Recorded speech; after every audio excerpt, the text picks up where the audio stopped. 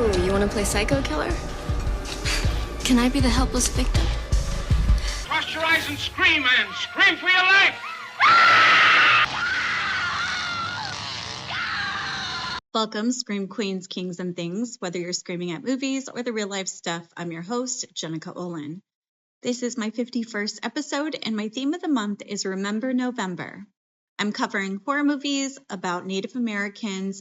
Native Americans are the indigenous people that saved that sorry piece of shit, Christopher Columbus, back in 1492. He actually believed that he reached the East Indies because he was horrible at everything he did. And this stupid-ass white man's ignorance has even led to me as a student in 1994 being taught the story of Pilgrims and Indians. Indians. They are not Indians. They had actually encountered the Taino people in what was called the Guanahani, known today as the Bahamas. Hopefully I said that right. I'm so sorry. I really tried.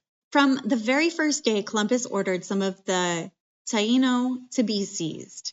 The brutality of Columbus's interactions with Native Americans established a pattern of exploitation and violence that characterized centuries of European colonization. Indigenous people were subjected to forced labor, sex trafficking with girls as young as 9, disease, and cultural destruction across the Americas, resulting in immense suffering that continues to impact the communities today. And that's what started the false representation of Indigenous people in what we now call the Americas, leading to the representation we consume today, where Native Americans are widely underrepresented, and depictions in the media are built on stereotypes and false narratives created by the white man. Today, this is the issue I am tackling with my guest, who is a proud member of the Mohawk Nation. I cannot say enough nice things about this woman, and the fact that she was willing to sit down and talk to me about this movie and really teach me some things about Indigenous people's culture, I find this to be the most enjoyable part of what I do. Today, I'll be covering the 2019 movie Blood Quantum, directed by Jeff Barnaby, written by Jeff Barnaby, starring Michael Grayes, Ella Maja Tailfeathers, and Forrest Goodluck. Hopefully I said those right. I'm so sorry if I didn't. I was not able to find a budget that made any sense to me. So I'm not even going to share what the budget was or what the estimated gross was, but what I'm going to say, and there was no tagline for this movie, so I'm going to give it a tagline right now. The tagline for this movie is, "What the fuck, you guys?" Because this movie did not get the attention it deserved. Some quick trivia about this movie, what I was able to find during an interview at the Museum of Modern Art in July 23rd, 2022. Jeff Barnaby said he'd been reluctant to make a zombie film until he came up with a distinctive angle. What if the Indians had been immune to smallpox? Stonehorse Lone Goman was cast when Jeff Barnaby's sister-in-law met him at a powwow event. The term blood quantum refers to a colonial blood measurement system that is used to determine an individual's indigenous status. This film was originally pitched in 2007. It took 13 years to finance. This was the final film of director Jeff Barnaby, who died of cancer in 2022. If you're new here, each episode will have an intro, brief synopsis of the movie, an analysis of the film. Spoiler alert, I've made it my job to spoil the shit out of this movie. I've recently decided to put the true horrors up at top to set you up for the topics I'll be focusing on when discussing this movie with my guest. I don't have a full-on synopsis because there wasn't one on IMDb, but I do have a plot summary.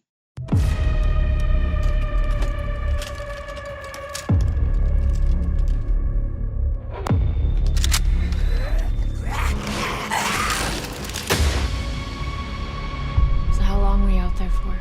I lost track of the time. Did you get bit? This planet we're on is so sick of our shit. That's why the dead keep coming back to life. The The story begins at the onset of the outbreak in 1981, as the local sheriff Trailer and his family discover that dead bodies and animals are reanimating as flesh-eating Zeds. They quickly learn that only non-Indigenous people are susceptible to the infection. 6 months later, the Red Crow Reserve has become a fortified safe haven for survivors, both Indigenous and white. This new reality creates internal conflict within the community, especially concerning the policy of allowing white refugees into the compound. Tensions rise as Lysol grows increasingly aggressive and resentful of the outsiders, while his brother Joseph has a pregnant white girlfriend, Charlie, whose immunity is uncertain. The conflict eventually boils over, leading to a climactic and violent confrontation that leaves the reserve overrun by zombies and forces the remaining survivors to make a desperate escape. Who says we're immune? Badukja uksit hamo. Awenda sui lexiko.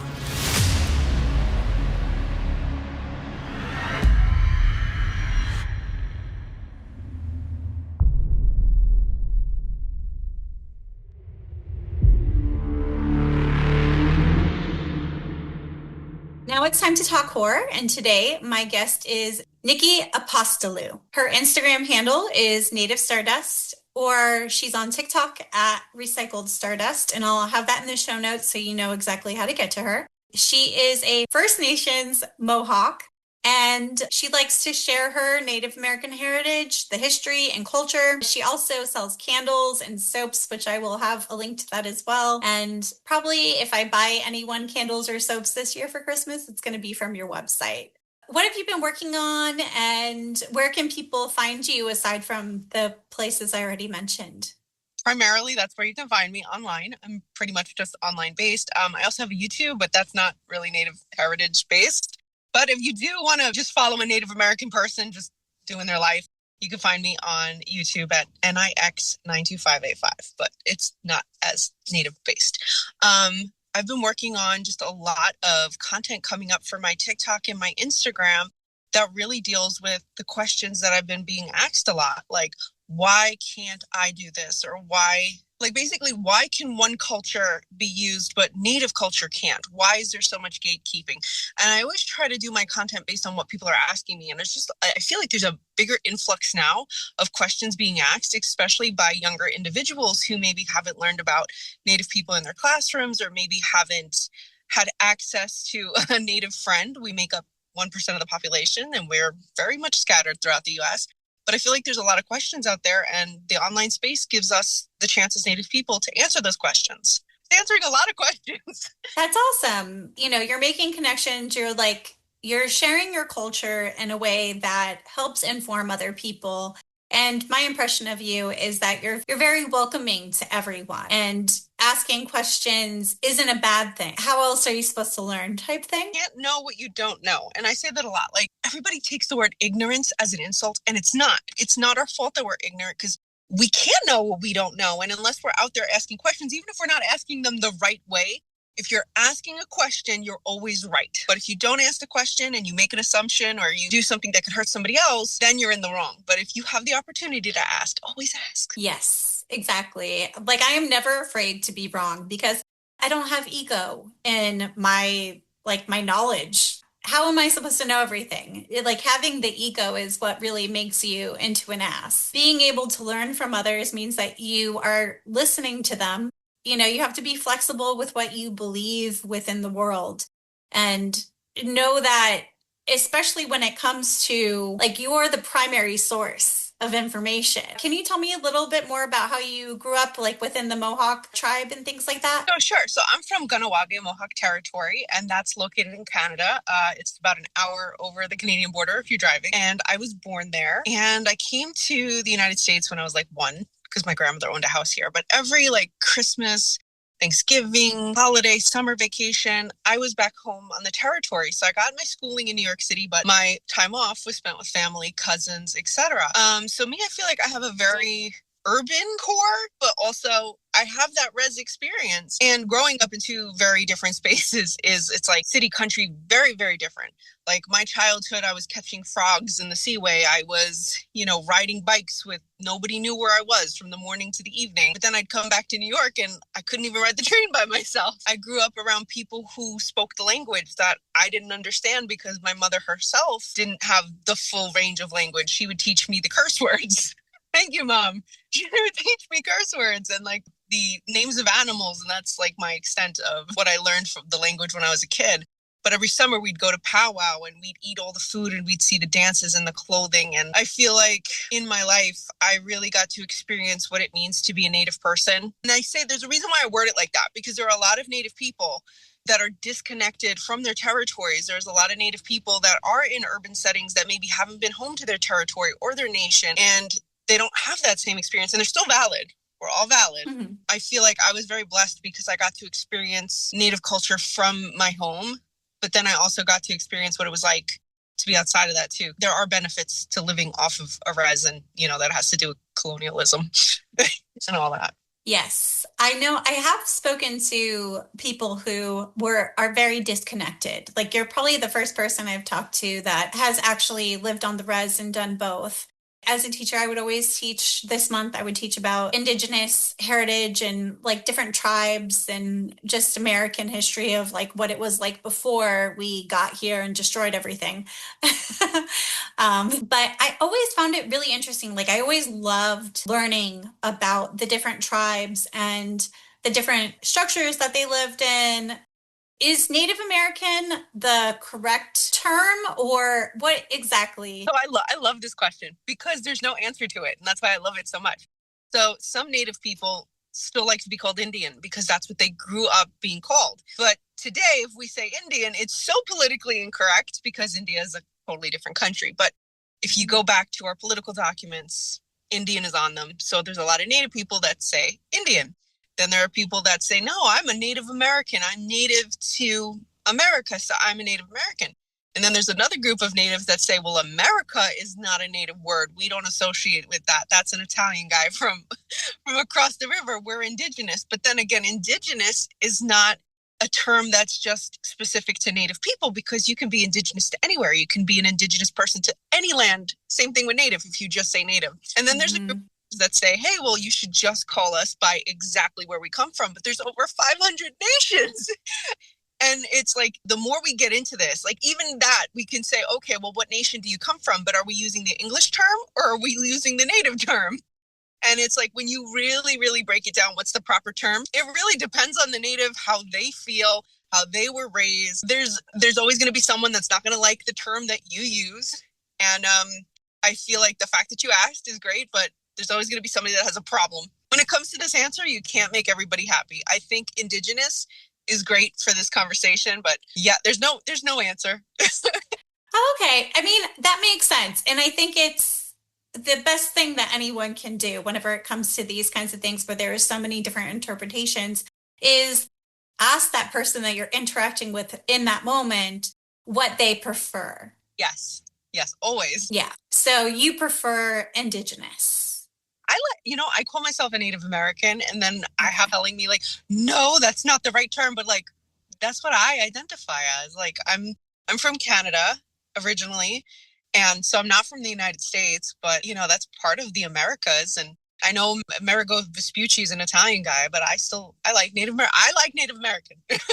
But okay, whatever you like is whatever we'll do. Like you said, there's so many different perspectives. There's so many, especially, this is what happens. I think this is actually a perfect example of what happens when you have colonization and an erasure of culture. And the people that I know that have heritage, it had pretty much been wiped away from them. They knew some information, but they're pretty disconnected whenever it comes to their roots. And I think that's a pretty common experience. Very common. You have to remember, like, there were a lot of us that were put on territories, but then a lot of us left the territories because these territories are not in great shape. So you have people that left for a better life, but now they lost their culture, they lost their heritage, they lost that access. Also, I just wanted to mention your beautiful earrings Thank you. And they are gorgeous. And I will definitely, you had mentioned before we started the episode who they were from. So I'll definitely share that within the show notes too, because they are beautiful. Thank you. I love the designer Sacred Thunder. They make so many beautiful pieces that natives and non-native, very important, non-natives can wear these pieces because they're not traditional. They're from a native artist. That makes for everybody. Yeah. So we are here today to talk about the movie Blood Quantum. And this movie, I think, is very underrated, underappreciated. And when I started to do more research into it, all these movies that are made by Indigenous people, they fly under the radar. They just don't get the kind of attention that they should. And because I cover horror movies, I'm like, I want to see, especially, I don't just believe in getting good representations of something. I also want to have the bad representations to learn from it, because a lot of the times what we're consuming is the bad representations.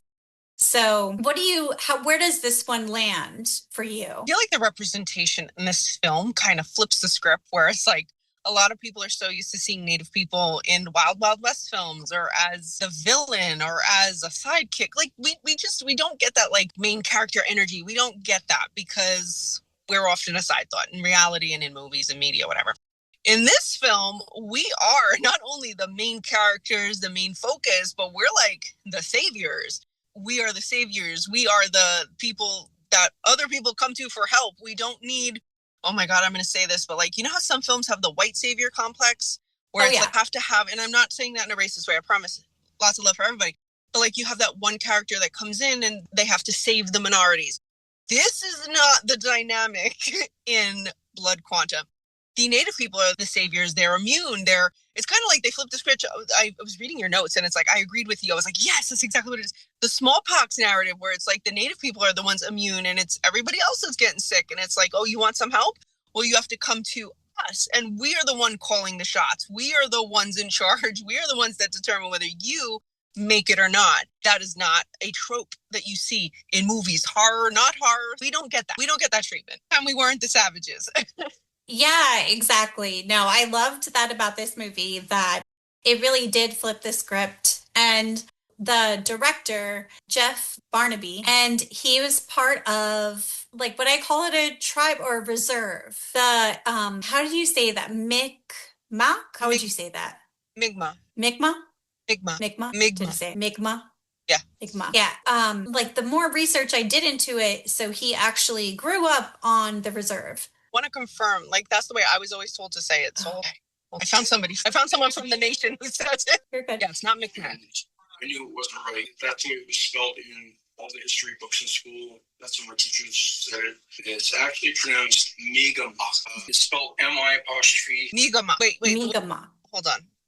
I'm gonna do it one more time. It's spelled M-I-apostrophe K-M-A-Q. The Q on the end makes a guttural sound, like you're trying to clear phlegm from your throat. So it's Mi'kmaq. But I've never heard it said like that. I've always heard it called Mi'kmaq. Oh yeah, Mi'kmaq. Mi'kmaq. That's the way it sounded. I found one more. That sounded right because I'm not from that nation, but I've had people on TikTok tell me like it's pronounced Mi'kmaq, but that sounds like Mi'kmaq. Yeah, because the one you're talking about doesn't have the Q at the end. It's just so it'd be Mi'kmaq. Okay. Okay, we got it. That would be a nation. To answer your question, that would be a nation. Okay. So, that's good to know. So it would be a nation. So a nation, just like it's a larger population of people. So I'm going to explain this to you the way, like from my people perspective. So I'm from Mohawks of Ganawage. So that's our nation. And then you have the bigger, so we're under the Iroquois Confederacy. And that's the English-sized word that I'm using for most people to be able to recognize. And that would be a confederacy. So you have confederacy, nation, tribe. Okay. Yes. Makes sense. So like Cherokee is a huge nation. But then if you get smaller, you can get into their, like the smaller it goes. Mm-hmm. Yeah. Almost like, I mean, for me as an American, I would think like America, state, city. Yeah, kind of. Yes. Something like that. Yes. I should have used that. Good. It's just translating it to like, that's how I was kind of thinking of it. Okay. So that makes sense. Yeah. I just want to make sure I'm accurate in the things and like how I'm even perceiving it or thinking about it, because the way that you think about something, the size of how grand something is, or, the community, you want to have an accurate picture. You also want to remember when we use the word nation, we mean it literally because we're sovereign nations. We're separate from the United States sovereignty. So when we use nation, we use it in the same way that you would think of another country having their nation. So if you can remember that, that's why it's a little bit bigger. That's why it's a bigger term. Yeah, that makes sense. So in this movie, like you said, the Native people are the ones that have the immunity. And it's all about, it's tied to surviving and preserving culture. We've got conflict immediately upon like the beginning of this movie. We're introduced to two brothers. We have Lysol and Joseph. And Lysol goes by a different name too. Do you remember what the second name was? I don't remember what the second name was, but when I watched it, I just thought to myself, like, that's such a Native thing. Like, we do that where we'll just give people names. Like, that just get a nickname and that's your new name. Your old name just doesn't exist anymore. So when I heard Lysol, I was like, yeah, that's so Native culture. That is so us. But I don't even remember his other name, just like in real life. Like, that's what would happen. You'd get a name and then you'd forget the other name. Yeah. So someone else gives you the other name. You don't get to choose it. All right. So usually what happens is like you do something dumb. It's usually something. And then people will be like, oh, yeah, that, and they give you a name. And then that's your name forever. That's so funny. So it's kind of shaming almost if it's. Like you embrace it. I feel like in order to be a Native person, you have to have like a lot of sense of humor because like we just love to joke. And I feel like, yeah, but when I saw that, I was like, oh, that's so Native. That is funny. And Lysol's like a cleaning product. But like, this is one of those cultural, little tiny cultural things that if a non-Native had written this story or a non-Native had directed this movie, they wouldn't have made that choice. Yeah. I just want to point That's why it's important to have representation. And that's why this movie is authentic. Very. So if his name is Lysol, if that's what they gave to him, that's his name. Yeah. Oh no. Poor Lysol. I don't know what he did to get that name, but maybe he had to clean something up. Maybe, I don't know. He needed to clean a lot of stuff up in his life. He was kind of a mess. Truly. Yeah. And then Joseph was the brother. Yes. And they weren't raised together. And it was clear that Joseph cares for his brother and had guilt about how he was raised and kind of the path that he went down because they had the same father, but not the same mother. And so Lysol was adopted at one point. And so he didn't have that. I'm not sure if he was raised off of the reserve or not, but there was a lot of talk about how he was raised versus how Joseph was raised. Yeah. Do you know what also, I don't know, I got the vibe like the Cain and Abel vibe. I also got that theme in the movie. Yeah, no, definitely. Like it goes back to what you said, like they were raised differently. And I feel like somebody can be raised in adversity and they can grow up and they can use it to empower themselves. And then some people grow up in adversity and they become the very thing that they hate. Yeah. Because we as Native people, we face all these atrocities from the outside. And then sometimes we don't realize that it can come from the inside. Yeah, that is a universal thing that, you know, with every culture that can always happen. And I think those themes are the unifying themes that we can all relate to. That one rotten apple can spoil the bunch. Yeah, always. Yeah. You get the black sheep for a reason. It's a trope for a reason. And we have them in Native culture, in Native Americans, but we have them. One line that really struck me was at one point, Lysol says, "It's us or them." And then Joseph responds with, "It's just us." And he has a white girlfriend who's pregnant, and she's like very pregnant. And I felt like that plot device was there for like commenting on erasure. Yeah. The whole blood quantum, the name blood quantum, I didn't realize it has a very dark history. Not only history, but it's like still actively enforced. There's a huge, huge stigma about being with anybody outside of the territory. I just want to give you a quick little information about for a long time.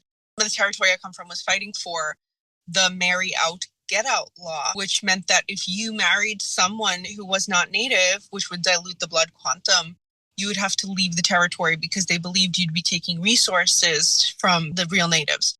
So like, even if you lived on the territory your whole life and your whole family was there and you grew up there and you were 100%, if you married, you were a Native woman, you married a white man, you'd have to leave the territory. That was what they were pushing for in terms of blood quantum.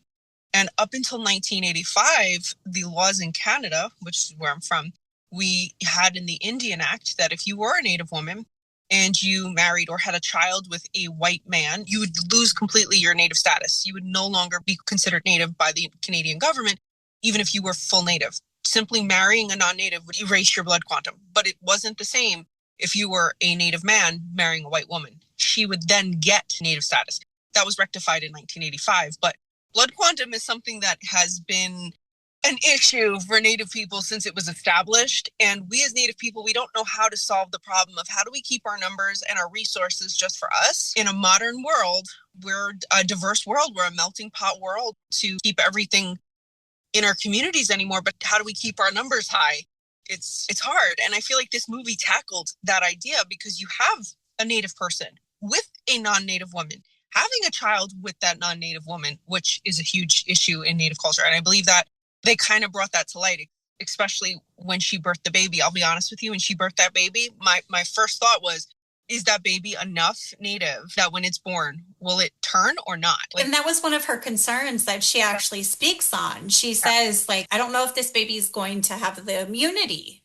Yeah. And I was thinking, but like, you know, with what happened in her storyline, I thought to myself, like, oh my God, when that baby comes out, is it going to be okay or not? Yeah.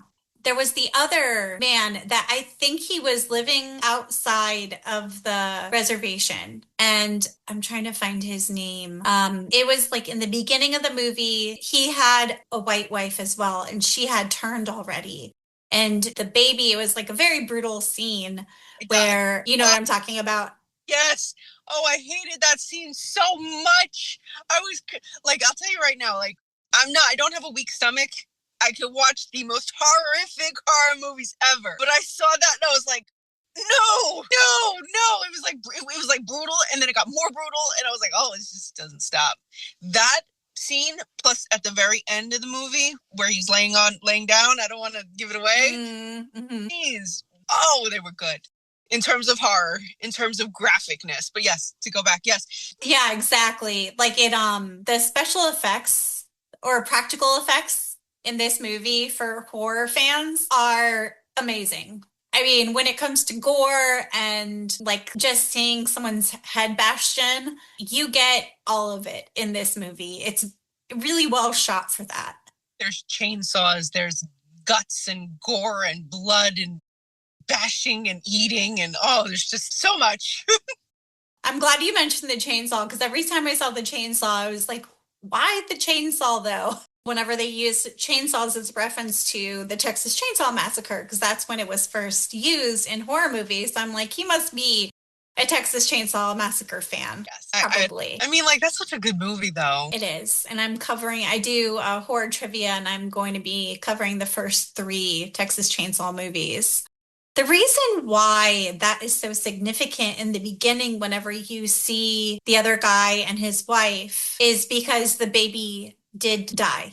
But we're not clear on why. We don't know if it's because the baby wasn't immune, or like they say, just because we're immune doesn't mean that we're invincible. You can still be killed. You're still a person. The, soon-to-be mom, she was afraid that, maybe the baby wasn't immune. And so they leave that very ambiguous. Yeah. Obviously the baby would have to grow up for us. The unthinkable would have to happen for us to find out. But, it really brings into question, like, how much is blood quantum important? I guess in the zombie apocalypse and in real life. It's a really good metaphor for, especially when it comes to genetics and how much like genes being passed down. Genetics are so wild. So I studied genetics when I was in college. And one of the misconceptions that people think is, okay, my mom is this much of this and my dad is this much of this, so I'm exactly half of both of these. No, you're not. No, you're not. And this is one thing I share. And every time I share it, everybody doesn't believe me. And I'm like, I promise you, what happens is I want you to imagine like your mom's DNA, all of hers is like little balls and they're all different colors and they shake it up. And your dad has DNA and they shake that up. And then whatever 50% you get is a randomized 50%. So for example, if your mom is 50% Native, it is totally possible that you get no Native blood at all in that shakeup. And like you could be born, your mom's Native, but you're not, or any other nationality you want to think of. So it's like, it's totally possible if we're using like scientifically accurate genetics. Yeah. For those... If we were all going to go put our DNA into like CODIS or whatever and find out exactly what we are of each, thing. It's very interesting. It is. But I guess the bigger question is, what significance does that actually play, or what significance should it play into when it comes to you as a person and how you're raised, and whether or not you got that percentage from your mother? It's still your mother. Yeah. You're still going to grow up in that culture. There's still going to be those other things that come along with heritage. One thing I always say on my TikTok is it's more important to be culturally connected than it is to worry about what your blood quantum is. And I say that because like you can have all the Native ancestry, and there's a big difference between Native ancestry and like being Native. There's a very big difference. You can have Native ancestry where your great whoever is Native, you're still Native by blood, but you're not Native like culturally because you're not connected. So like in Native communities, it's cultural based. Like how much do you know about the language? How much do you know the ways? How much do you know the customs? Who do you know in the territory? Is all your family there? Is all your friends there? I had someone on TikTok tell me that I wasn't a valid Native because I didn't grow up going to school there and playing basketball. Because I wasn't in school there. I was in school in Brooklyn. But, yeah. These are the little things in Native communities. And then some communities will also be like, but do you have the blood? Because if you don't have the blood, then you're pretendian. So it's like, you need both. Essentially, you need both. You need to have some sort of lineage, and not just ancestry, but like lineage, and you need to be culturally connected.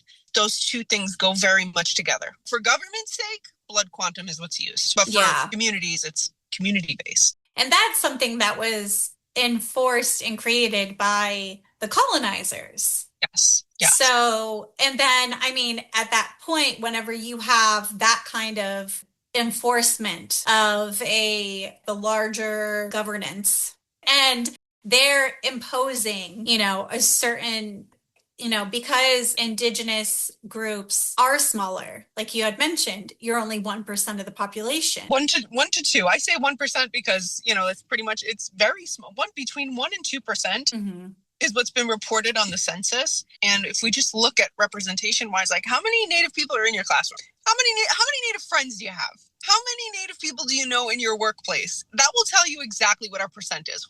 1% of just about 1%, 2%. We don't make up a lot of population. And if we don't have the blood quantum, they legally can't call us Native, which brings our population numbers down. Yeah. So it's all a system. Blood quantum is a system to keep us down, to keep our numbers low. But then again, also as Native people, how do we keep our own numbers up? You know what I mean? How do you preserve the bloodline too? It's twofold. Like, yes, it's from the outside, but also we as a community, how do we keep our people alive? Mm-hmm. It's a mess on both ends. It is, but the person who created the mess was the oppressors. Yeah. And if we didn't have our numbers so low already, we wouldn't have that as a concern. Yeah. So, it's very complicated, and we have not done right when it comes to the tribes and indigenous people within the Americas. We have not done the right thing by you guys at all. And I don't know what there is to be done except for really bridging those gaps and moving forward in a way that gives visibility to different indigenous tribes and people and gives them a voice. And you would hope that at least I would think that most of these things would be passed down with traditions and culture more than just your DNA. Yeah. Like it's honestly, that's where it comes down to community, where it's like, if your mother is Native, did she grow up in the community? Did she learn the traditional ways? Did she attend Longhouse? Like for our people, like, did she attend Longhouse? Did she learn the language? You know what I mean? It's like, if your mother doesn't know, how is she going to teach you? Yeah. Like, that's why the community aspect is probably the most important part. Yeah. So in the movie, there's a lot of talk about Trailer teaches his son fishing traditions early in the film, showing the importance of cultural practices that are essential for survival. just as much as physical immunity. So they do, in the movie, they do tie in both of those things. They have the blood quantum, but then they also have the traditions, and they're like, you need to know these things to survive. And they even talk about animals they can eat and where the clean sources of water are. And they start making plans if things go south to meet up by the water and get on boats and stuff like that. But I do want to talk about the beginning sequence. Like, the movie kind of jumps back and forth between live action and then there's like comic book style animation. And the beginning sequence is a mother, and she is pregnant. It's Mother Earth. But Mother Earth in this instance is not the typical white Mother Earth that we see. She is indigenous. From the bottom of her, it goes into the roots of the earth, and it kind of shows the connection between the people and the earth. And that becomes a central theme throughout the film as well, because it's kind of like, can't remember the character's name, but he talks about how the earth is attacking the white people and they're becoming fertilizer. He's like, Mother Earth has to make use of them somehow, so they turn into fertilizer. He's like, maybe we're not immune. Maybe we are just forgotten about. I interpreted that as like, Native people, we have land back movement. We have, we are the keepers of the land. We are the protectors of the land. And I feel like maybe Mother Earth was trying to return us back to protecting the land and saving it. So not like, I hate saying this because it's so divisionary, but it's like a lot of the people in charge are white. And the leaders that are in charge are not handling and taking care of Mother Earth. They're polluting it, not just for Native people, but for everybody. We've got acid rain, we've got rainforest depletion. The ozone hole is healing, though, thank goodness. It's really struggling, global warming. And I feel like the film was trying to say, like, hey, we're going to kind of put a plague on these group of people because this group of people has, like, kind of systematically caused the destruction. So we're going to get rid of them, we're going to cleanse, and we're going to let the Native people take over again and land back. That's what I got from it. That was kind of like how I saw it too. Like, I got where his message was coming from when he said all those things. I think even the director, the writer, I'm pretty sure that's where he was trying to go with it, but he just used weird wording for it. Like, think about it this way. If you make a movie and you're just like, yeah, the white people got to go, Yeah. Are going to watch it because that's not the bigger message. And I feel like people always think it is. It's not natives versus white people or natives versus immigrants, or because, everybody who came here is technically an immigrant. That's not the issue. The issue is, what do we do right now? What do we do? I think a lot of natives feel this way, is that the land back movement is not saying, hey, we're kicking you out of your house, leave. We're saying, let us have control back of our lands. By the way, all the treaties that have ever been made with the United States and Native nations and tribes have been broken. The United States is technically breaking the law. It is still our land. There was no war. There was no whatever. So basically, let us have control of it again so we can keep it safe for everybody. But you can't make a film that says, hey, dear white people, like your ancestors messed up. We want control. You can't say that. You can't say that in entertainment. Yeah. No, but I think it is an important message. You have to look at who's in power, who is causing the destruction to the earth, who is really making these decisions, whether people like it or not. And it's mostly white men. Mostly billionaires. It's not Melissa and John in their house, constant, living their life, enjoying life. They're not the problem. The problem is the billionaires who've made the decision to build this factory here or to dump into this lake here. And that's the big issue. It becomes Melissa's and John's problem when they vote those people into office. Exactly. I think that's a great way of saying it. And even, I'm glad that you mentioned the polluting of the water, because the water ends up being polluted and they can't even eat the fish anymore in the movie. The fish end up being contaminated too. That was like right in the beginning. Mm-hmm. Yeah. It's like, as soon as I saw that, I was like, oh, yeah. That's like that was the only thing that wasn't fiction. That's because right now, a lot of us, we're eating fish, and fish is great. It's such a healthy source, but it's loaded with microplastics. It's not the health food that it used to be because our oceans are so polluted. The temperatures are rising, and it's like, that was very accurate. Like, fish are dying right now too, and people don't talk about it. There is a lot, and it's scary. It's scary to talk about. We have so many issues that are going on It needs to be top priority. And I think it all kind of boils down to capitalism essentially is bad.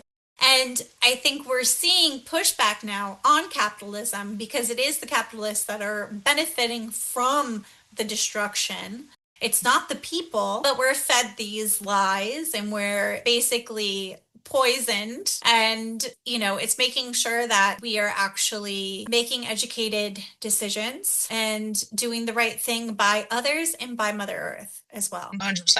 Oh, one thing I do want to mention too is the language. I really love how both languages are used. It's not just English. It also had the language of the Mi'kmaq people. And I thought that was really amazing. I love that. I always love native language spoken on screen. I love it more when I hear non-native speak it because I'm like, yes, you had to learn that. like they did in The Killers of the Flower Moon, where like De Niro and Leonardo were speaking the native language in that film. And that made me, I was so happy with that. I was like, you had to learn that.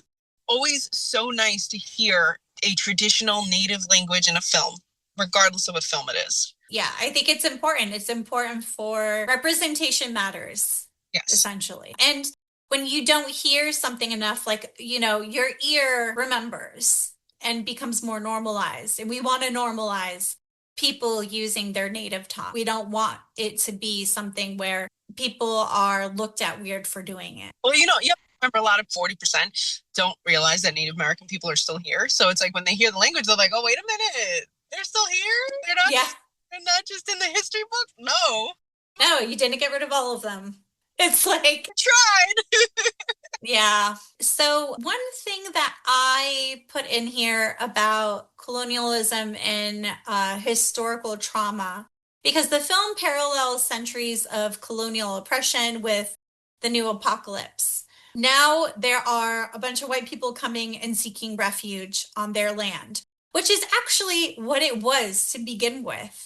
So it's actually an accurate representation of what I'm going to start at like the 1620s with like Pilgrims and the Mayflower. Yeah. Is kind of where my knowledge really, really starts. And the white survivors are begging to be allowed inside the Red Crow community, echoing real world border control, but inverted. They didn't know how to cultivate the land. They were not familiar with a lot of the foods. And if it wasn't for the Native Nations and tribes letting them in, welcoming them in, they wouldn't have survived, especially not the harsh winters that they weren't used to. So I felt like it was like not even an inversion, but like, here we go again. And I think that's why a lot of the Native people were like, should we let them in? That generational trauma was coming through. And a lot of Native people experience that generational trauma, that distrust or that anger that happens as a Native person, where it's like, you don't know if you want to let somebody in, even into your community. This was just really amplified in the film. My impression from the history books and things, and even what I've seen or been corrected on, is the Indigenous people were very welcoming to the Europeans who came in and they helped them.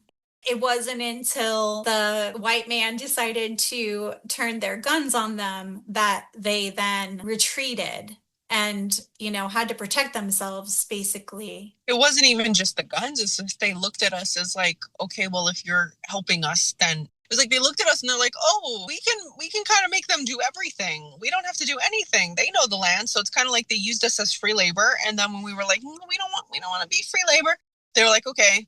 And they also made agreements with the Native people. I mean, we're going back to when they first arrived. Nobody really owns it. So when they came over, they thought, okay, well, they're giving us the land. So now we own the land, because in Europe, there was land ownership. Whereas for us, there was no land ownership. It was just, you can hunt and fish and plant on this land. So there was a lot of disagreements there. That's why the term Indian giver exists, which is a terrible term. The guns were then turned because there was just so many misunderstandings, so many cultural differences, and the Europeans wanted easy labor. I was reading a little bit more of the history, and even before this, whenever Christopher Columbus came, he did horrible things, and he kind of opened up the floodgates for this, but he ended up enslaving a lot of the Indigenous people. Not only enslaving, but like he was prostituting young girls. Sex trafficking. I think the age he said was the best was 10. Like, his manuscript is just a horror show to read. And that's why when people ask me, like, how do you know Columbus did that? Like, read his book. The man kept a journal. He kept a journal of everything, all these atrocities he did. He definitely opened the floodgate. And I always love to say, like, he was a lost explorer at sea that the Native Americans discovered, because I always feel like we can take the narrative back. You know, Columbus discovered America. You can't discover something that already exists. Native people are already there. So I like to say, well, the natives discovered this lost explorer at sea. You can say it like that. But yeah, he came in, he decimated the populations of the islands. He used them for slavery. He did sex trafficking, everything. And it's like, he felt that they were savages and he was just in mass murdering them. It was a complete genocide of the islands. And a lot of people think, oh, Columbus discovered America, but he never set foot on United States territory. It was the islands, the Caribbean islands. Yeah. I have some information at the top in my notes that I didn't share with you that goes kind of into that history. It's horrifying, and it's not what's taught at all. People just love to be ignorant, because if they actually knew, like, you can't defend, like, we shouldn't have Columbus Day. I don't celebrate Columbus Day. I celebrate Indigenous Peoples Day on that day. Yeah, fuck Columbus. I feel like with Columbus Day, it's like, I understand the Italian American side of it, where they're like, well, we want a hero. You should have a hero. I think there should be an Italian American hero, and there's so many to choose from. Like, this wouldn't even be the time or place to discuss that. But there's so many other actual heroes that didn't commit crimes against humanity that, like, we could celebrate them instead. And I think every Native American would be on board with that. Like, yeah, like we can be allies to each other. But when you erase our history and you celebrate someone that literally had a hand in our genocide, we're not going to be okay with that. And I love to say, and this is going to be a little bit out there, but I love to say, like, imagine in Germany people having like a Hitler Day. And No, it's not out there. I think that's completely accurate. And getting upset at Jewish people for saying, like, hey, you know, this makes me feel uncomfortable. You're like celebrating a man that like killed us, a lot of us. You sure you want to celebrate that? And then being told that they're woke. Like, imagine that. Like, nobody would be okay with that. But when we as Native people say it, we're told, oh, it's 400 years, get over it. But we still feel the ramifications today. Yes. It's still happening. And Native people are still under a genocide, which is the scariest part. You'll have to share more information with me about that. But I would love if you have any resources to share with me on things I can read about any of it. Like, I am happy to learn and also integrate it into everything that I'm doing, because those are the true horrors. And that's what I do, is connect the true horrors to the horrors on screen, because it's all inspired from something. And within the community, there's a lot of debate on whether Indigenous people should, or non-Indigenous people should, be allowed into the compound, mirroring colonial gatekeeping. And there's a lot of inside fighting. But it not only mirrors like colonial gatekeeping, but we as a community, it was like what I was just telling you about the Marry Out, Get Out law, is that we do that. We do question whether non-Native should be allowed in our community. And that's a protective, generational, trauma-based real life thing. Yeah. And that's something that until you address the generational trauma and until you address the blood quantum of it, until that isn't enforced upon the people, you're kind of a losing battle, I would think. Yeah, it's like lighting a candle at both ends. There's no, you know what I mean? Like, you have both the internal and external coming for you. And it kind of was like that in the movie too. It was. Yeah, on that, I was like, oh, that's why when, like you said, the real life impacts movies, I'm like, yeah, yes. The fact that Joseph has a white pregnant girlfriend, that is very symbolic. How to move forward is how I almost saw it, especially whenever you get to the end of the movie. She has the baby, and the baby is the only thing left, really. The baby, the father, and the mother. And you've got these 3 generations now left to decide on how to move forward with their heritage, with their culture. I thought that was pretty powerful. It is. It kind of speaks to dwindling numbers, and what do you do when you have just this left? So it's like the question started in the beginning, and I feel like at the very end there's no answer. But it really makes you think. Outside the zombie apocalypse theme, it makes you think, like, what is next? What happens both in the movie and I guess with Native people? Like, what do we do? We've got a lot of Indigenous sovereignty is another theme within here. And they talk about protecting their land, and it really is showing them as a powerful force. And it's awesome to see that they are out there. They're not being depicted as the savages and things like that we see so common within film. They guard the fences of the community. They have weapons, and they have a council making decisions instead of a foreign government or military. Take a note that for Native nations, sovereign nations, that's what we have. We have councils. Okay. So I'm from Ganawagi Mohawk territory, and we have the Mohawk Council. It has the chief and the other people that he would consult with. But that's the way we have our government. I also want to make a note that one of the film is actually from my territory. So, that's always nice to see. Oh, that's so cool.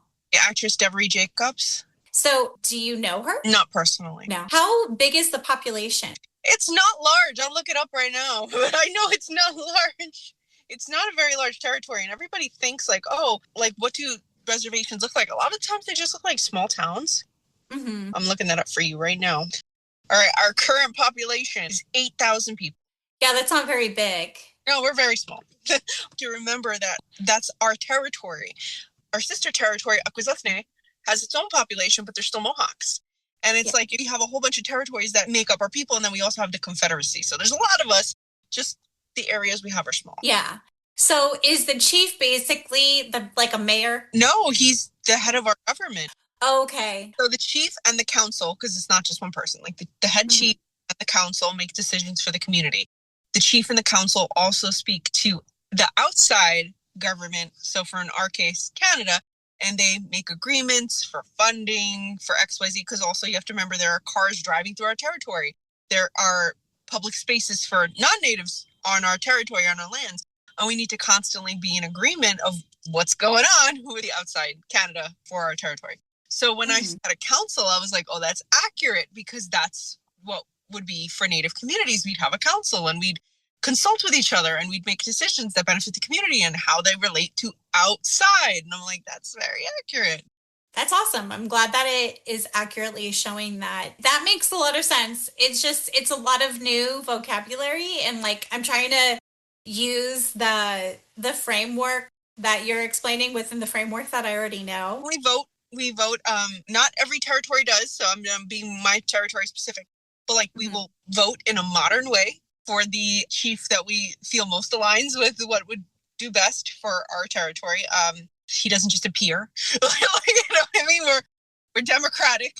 We have a democratic process. But yeah, I want you to think of it like if we were our own country, that's president. Yeah. And then the rest of the council would be like the checks and balances, like the Senate, but it's very small. Okay. Yeah, no, that makes a lot of sense. Yes. When it comes to the movie, the white characters are coming in and they're pleading for a sanctuary. And the one guy says that he thinks that they have the cure, and they have to correct him and be like, there is no cure. We are immune. We can't share that with you. But you still can't bring in your sick, because it's not like we are invincible. They can still, they're still vulnerable to being killed. You can still be shot. You can still be torn apart.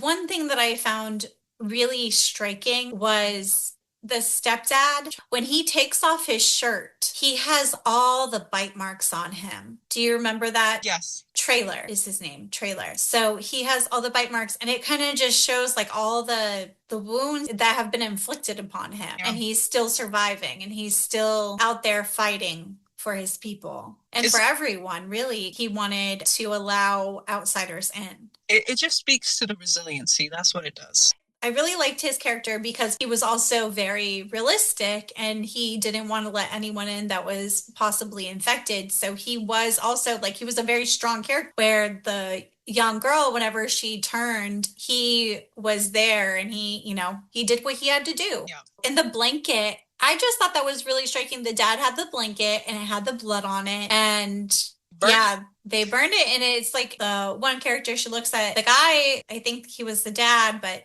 she looks at him and she's like, what are you thinking? Are you stupid? Why are you bringing this in here?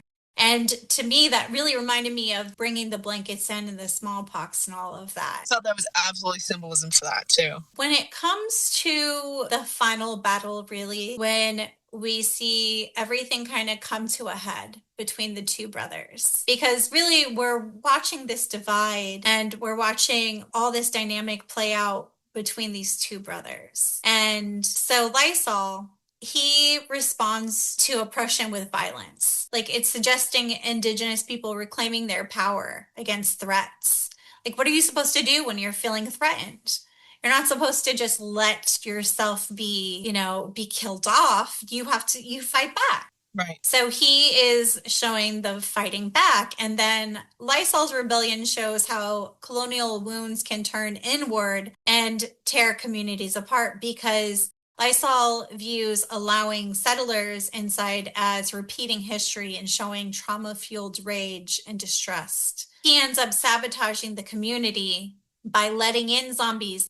And whenever I first watched this, I was like, why would he do that? But he really thought he was going to just get rid of the white people that didn't have the immunity. And he didn't think about what he was unleashing on his own people. Because even if they're immune, they're not invincible. So it ultimately led to the downfall of the Red Crow community. The whole thing speaks to like what Native people currently are facing. It's like, do we let non-natives into our spaces, or do we keep it closed off? Are we the problem? It brings it up. Like, are we the problem? And it's like your instinct is to say, no, we as Native people are not the problem. But then you have to think also, like, are we harming our communities by not being more open? There's no answer to this question. So the internet's not going to come drag me. There's no answer to this question. It's just something to think about. And I feel like the movie, even though it's a horror movie and it's gory and, those ending scenes are something else, you really have to say to yourself, like, what is the future for Indigenous people? And, do they have a right to feel this way? And what would you do in that situation? Exactly. Both in the zombie apocalypse, like in real life too. Like, it makes you think. You have to think. I feel like this film makes you think. It's very well written. I think the pacing is good.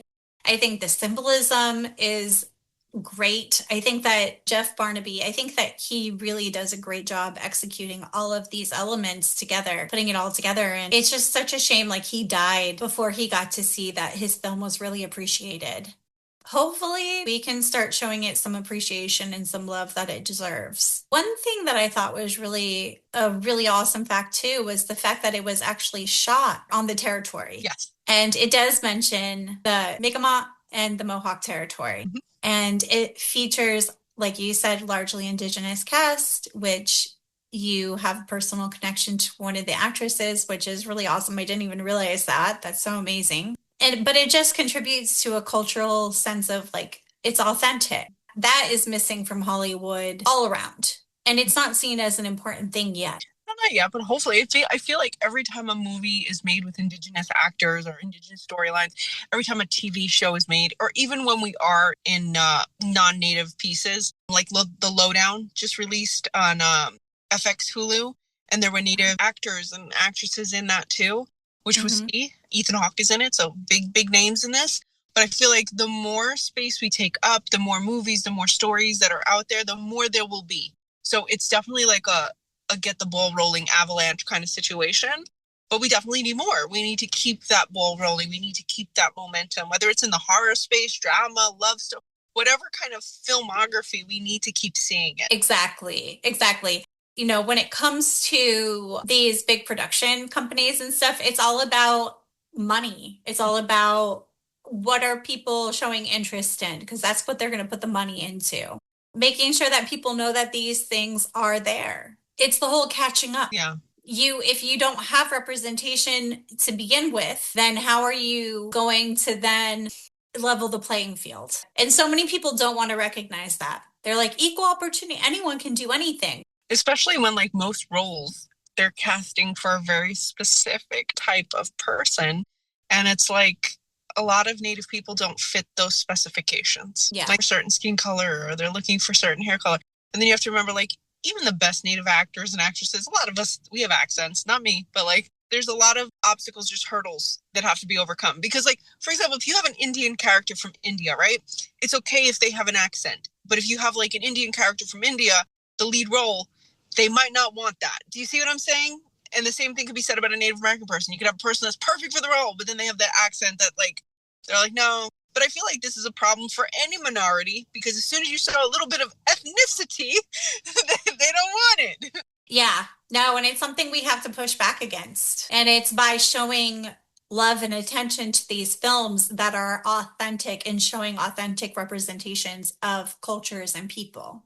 I think we kind of talked about it all. Like there's some, I put a lot of history in here, and maybe you want to speak on that because it's about Canada mostly, because that's the Mi'kmaq people came from.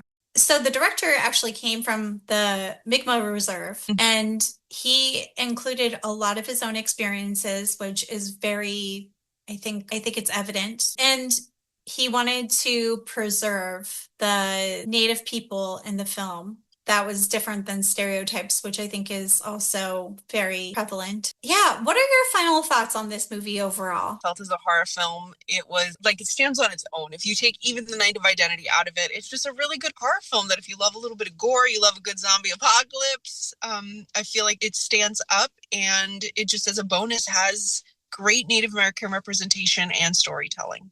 I agree. I think overall, this is just a really great, if you're a horror fan, you are going to enjoy this movie. If you like gore, if you like practical effects, everything you just said, I think that's spot on. And is a plus that it is authentic. It has an important message. I think it would be a shame to have someone just watch this as a zombie flick without really like being meaningful about the way that they watch it and view it. And you can watch it, not know about Native people, but then it could spark a curiosity that then makes them do their own research. So whether you're watching it to get that Native connection or it sparks some information, like maybe someone watched it, wanted to learn more and find your podcast. I feel like anything that sparks interest. So I had, before I let you go, I know I've kept you on for so long. I'm so sorry. And you're like in your car. I'm like, I need to let this lady go.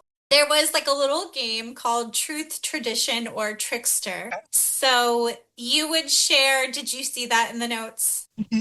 Okay, sorry, you prepared. So you're going to share 3 statements with me, and then I am going to guess if it is the truth, a tradition, or if you're tricking me. So are you ready? I'm ready. I'm ready. All right, lay it on me. All right. A woman fell from the sky, landed on a turtle's back, and that became the United States. Having a spirit animal means you can speak to animals. And lastly, if you don't behave, the hoof lady will come get you and take you back to a barn. These are good. Okay. Repeat the second one. Having a spirit animal means you're able to talk to animals. Trickster. Yes. I felt like, oh my God, yes. That's it. Like that. I know that that's not true. Okay. Can you repeat the first one? So the first one is a woman fell from the sky, landed on a turtle's back, and that became the United States. Tradition? That is our cultural belief of how the earth started. I'm oversimplifying it, but our cultural belief and our cultural teachings say that a woman fell from sky world and she fell down to what would become earth, and long story short, she was placed on top of a turtle's back, and that became known as Turtle Island, aka the United States, or Earth. And at that time period, it would have been known as Earth. It's part of a much larger story, but that's our creation story. Awesome. I feel like I've seen imagery of that before. And today, my people, not every nation, but there are some other nations though that do use this terminology that we call the continent of North America, Turtle Island. So, seen it before. The Turtle Island concept is not specifically unique to Mohawk people, but that's how we believe it all started. Okay. Really interesting. I kind of love that. And so the last one is going to be the truth. So the other two, the Sky Woman is the truth. Hoof Lady is something we tell our kids and also bad boys. And then the fake one was the spirit animal. So the Hoof Lady one, when you're a kid, your mom or your dad will say, like, if you don't behave, like, the Hoof Lady's going to come get you and she's going to take you back to a barn. But that actually started with men. So if you were a bad man and you were cheating on your girlfriend and you were out, a beautiful woman would come up to you and she'd seduce you and say, let's go back to the barn. And then she'd turn into this creature known as the Hoof Lady. And there's actually a few horror movies. I think there's one or two. I think there's a storyline in Reservation Dogs. And then I think there's an actual movie called The Hoof Lady. that speaks about that. But like, yeah, when you're a kid, if you don't behave, the hoof lady's outside, she's going to come get you. That's a cultural just belief that we have. That's, but yeah, not mean you can talk to animals. That's the trickster. You got it. We do have spirit animals, but that's not what that means. So like, for example, with many Native nations, your clan will be associated with an animal, and it won't be a spirit animal, but it'll just be a clan associated animal. Like in Mohawk culture, we've got like the three big ones are like the bear, the turtle, and the wolf. And those are on the totem poles, right? Do you have? So like, we don't have totem poles.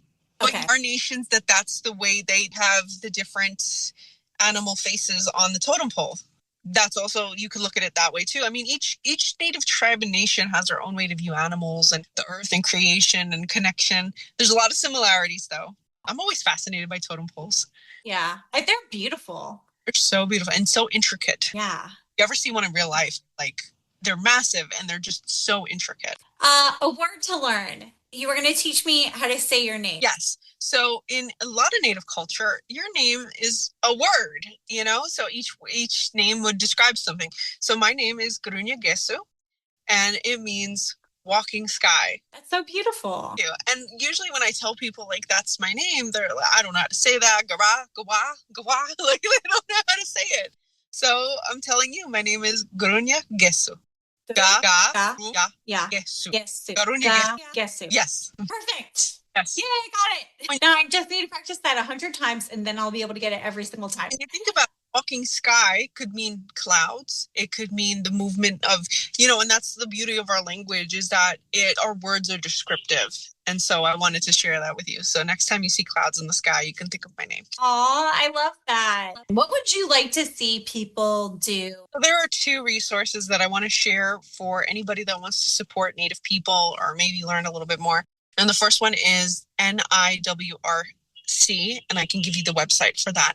And basically that helps to assist people who have experienced MMIW. Native American women are currently in an MMIW crisis. Now I'm going to back up a little bit because I'm saying letters that nobody knows. Okay. So Native American women are currently in a crisis, the MMIW crisis, which means missing, murdered Indigenous women. Our 3rd leading cause of death is being murdered by non-natives. The 3rd leading cause of death for a non-native is stroke. These are some serious numbers. A Native American woman is 10 times more likely to experience violence, domestic abuse, etc. So the NIWRC organization aims to give aid and support and help and resources to anybody that may have experienced violence and help get justice for those who have, unfortunately, been unalived. My YouTube language, been murdered. The next one I want to say, if you can support, would be the Urban Indigenous Collective, which is a collective for Indigenous community here in New York City. And they are Native-run space that Natives who are in the urban areas can turn to for resources, a safe space to talk, to have advocacy. So if you do happen to find yourself disconnected from your native territory and you're in New York City and you need resources or just somebody to help you a little bit, you can head to the Urban Indigenous Collective. So if you could give back to that, would really help urban natives who might be in the city for the first time or just need a little help. I love that. That's amazing. Yeah, I will definitely share those resources. Thank you so much for talking to me and educating me. Let's end on a high note.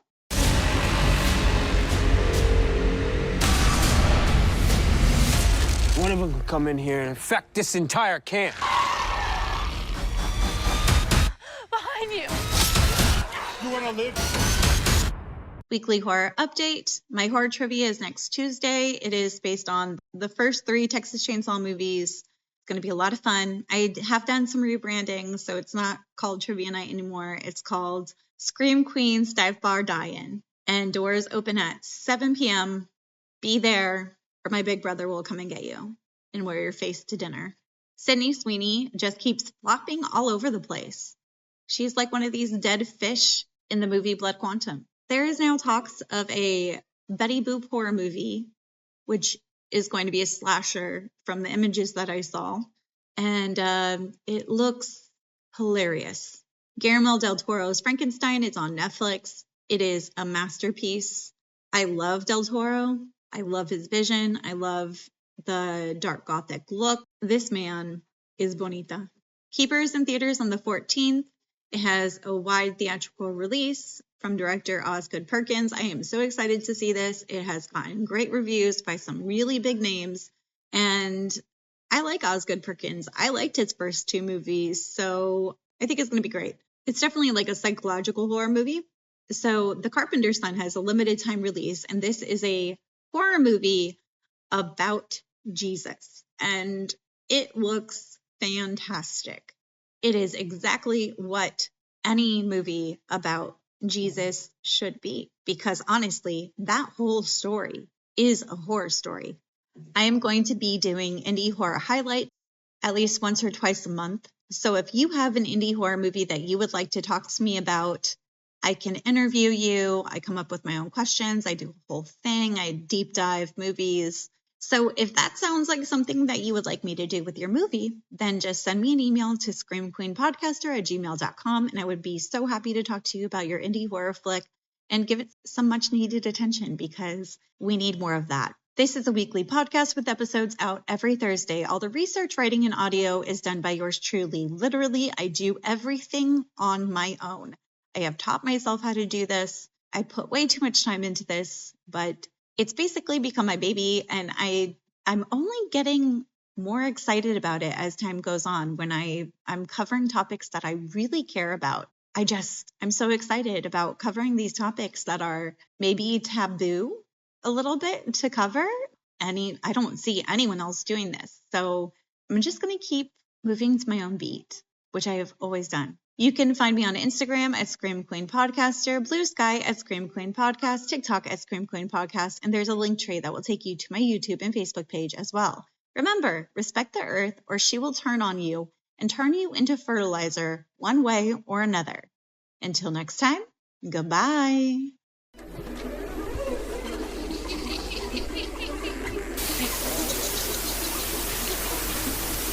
Scream.